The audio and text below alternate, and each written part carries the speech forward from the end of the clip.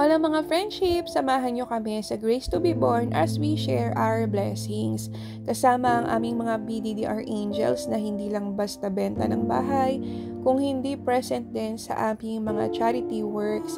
Ayan, thank you so much angels. And dahil ngayon ay birthday ni Sir Bonnie Andrew, ang pinakagwapo naming managing director, yes. Ayaw lang yun na masyado ng video, no? Pero ayan. So, nasa loob na kami ng Grace to be Born. Nandito yung sa toddler's room.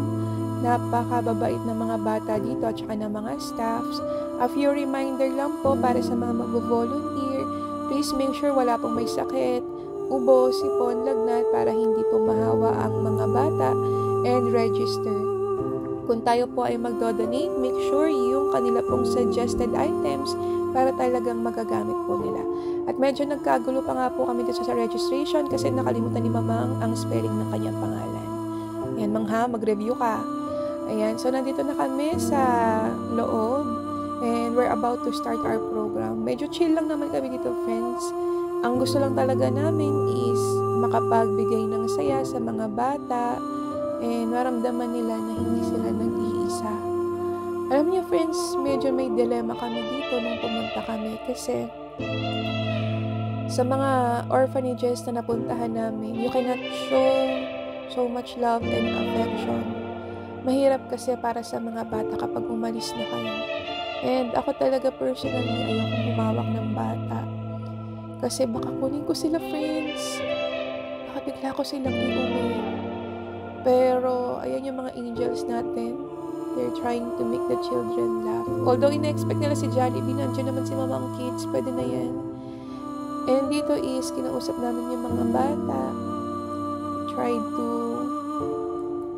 make them feel love. Andito yung mga abandoned, mga rescued. Alam niyo, friends, kapag pumunta kayo dito, try to show them genuine love. Parang mahirap kasi kapag nag-iisip sila kung bakit walang nagmamahal sa kanila.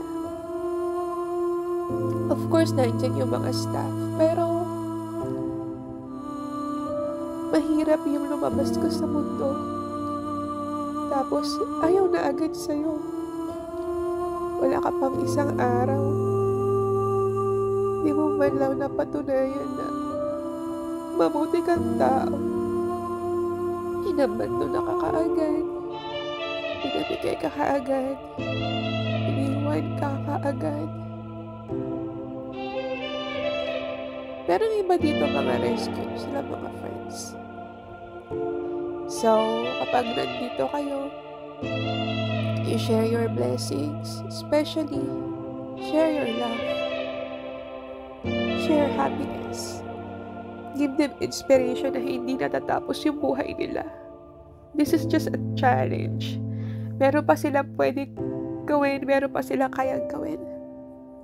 Kaya nilang maging successful. Kaya nilang mabago yung buhay nila. Empower them. And of course, remind them that there is God always. So, salamat po, Grace to be Born, for giving us this opportunity.